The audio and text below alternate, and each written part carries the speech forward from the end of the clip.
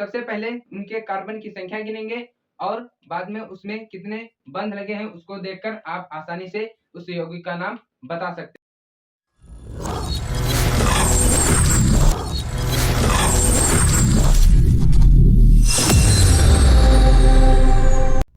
Hello friends, welcome to my YouTube channel LS good study पर। मैं आशा करता हूं कि आप सभी लोग अच्छे होंगे। तो ज्यादा समय न लेते हुए चलते हैं अपने टॉपिक की तरफ। तो दोस्तों, आज का हमारा टॉपिक है आईपीएससी पद्धति के द्वारा हम कार्बनिक यौगिकों का नामकरण किस तरह से रखेंगे। दोस्तों, इसके पहले वीडियो में हमने एकल बंध के द्वारा कार्बनिक यौगिकों का नाम करना सीखा था।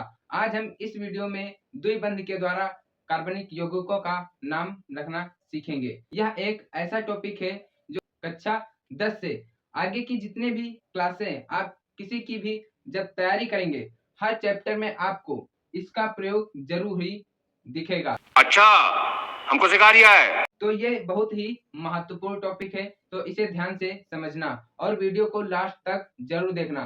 अच्छा, ठीक है, तभी आपको अच्छे से समझ आएगा। तो शुरू करते हैं। तो दोस्तों, हमने ये टेबल लिखी है। इस टेबल को आपको जरूर ही याद रखना है। जब तक आपको ये टेबल नहीं याद रहेगी, तब तक आप किसी भी कार्बनिक यौगिक का नाम नहीं रख सकोगे। तो इसे जरूर याद रखना।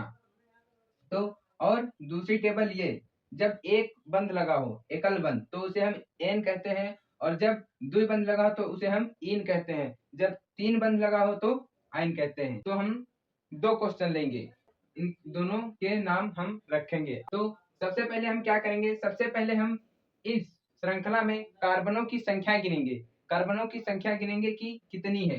तो इसमें सबसे पहले कार्बन की संख्या गिनेंगे। तो 1 2 3 4। इसमें कार्बन की संख्या 4 है। आपको चाहे जितनी बड़ी श्रृंखला दी हो, सबसे पहले आपका काम वही रहेगा कि कार्बन की संख्या को गिनना। जितने भी कार्बन होंगे उसको आपको याद रखना होगा। इस टेबल से जितने भी कार्बन होंगे उसका अलग अलग नाम होता है। तो यहाँ पर 4 कार्बन है, तो 4 कार्बन को हम ब्यूट लिखते हैं। तो सबसे पहले हम यहाँ पर ब्यूट लिखेंगे प्लस। अब देखेंगे इसमें कौन सा बंध लगा है। यदि किसी भी श्रृंखला में एकल बंध लगता है तो उसे हम एन पढ़ते हैं, और जब द्विबंध लगता है तो उसे हम इन पढ़ते हैं, और जब त्रिबंध लगता है तो उसे हम आइन पढ़ते हैं। अब इसमें देखो, कार्बन और कार्बन के मध्य द्विबंध लगा है। किसी भी श्रृंखला में यदि द्विबंध कार्बन और कार्बन के बीच एक ही बार लगा है तो भी उसका नाम इन से ही उसका होगा। तो यहाँ पर देखो, सब में एकल बंध लगा है, परंतु यहाँ पर द्विबंध लगा है, तो इसका नाम भी इन के माध्यम से रखा जाएगा। तो इसमें भी द्विबंध लगा है तो उसको हम इन पढ़ते हैं, तो यहाँ पर इन कर देंगे। अब इसको हम संधि विच्छेद जैसे करते हैं उसी तरह इसको हम नाम इसका रख देंगे। तो ब्यूट और प्लस इन, इसकी मात्रा इसमें आ जाएगी तो क्या हो जाएगा, ब्यूटीन। तो इसका नाम क्या हो गया, ब्यूटीन। ये इसका नाम हो गया। कितना आसान रखना नाम है ना।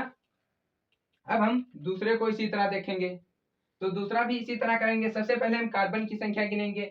इसमें सबसे पहले कार्बन की संख्या गिनेंगे 1 2 3 4 5 6 7। इसमें 7 कार्बन है। अब यहाँ पर देखेंगे 7 कार्बन को हम क्या कहते हैं, 7 कार्बन को हम कहते हैं हेप्ट। तो यहाँ पर सबसे पहले हेप्ट लिखेंगे प्लस।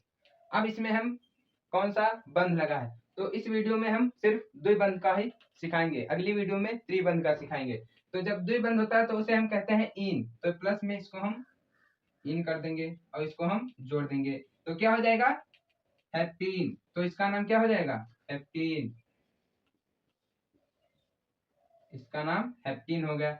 इसी तरह आपको जितनी भी कार्बनिक श्रृंखला चाहे जितनी बड़ी हो, उसका आप सबसे पहले उनके कार्बन की संख्या गिनेंगे और बाद में उसमें कितने बंध लगे हैं उसको देखकर आप आसानी से उस यौगिक का नाम बता सकते हैं। पहले वीडियो की लिंक डिस्क्रिप्शन में आपको मिल जाएगी, आप उसे जरूर देखना, क्योंकि उसमें बेसिक से हमने बताया है। अगली वीडियो में हम त्रिबंध वाले यौगिकों का नाम करना सीखेंगे। तो आशा करते हैं कि वीडियो आपको अच्छा लगा होगा। जय हिंद दोस्तों।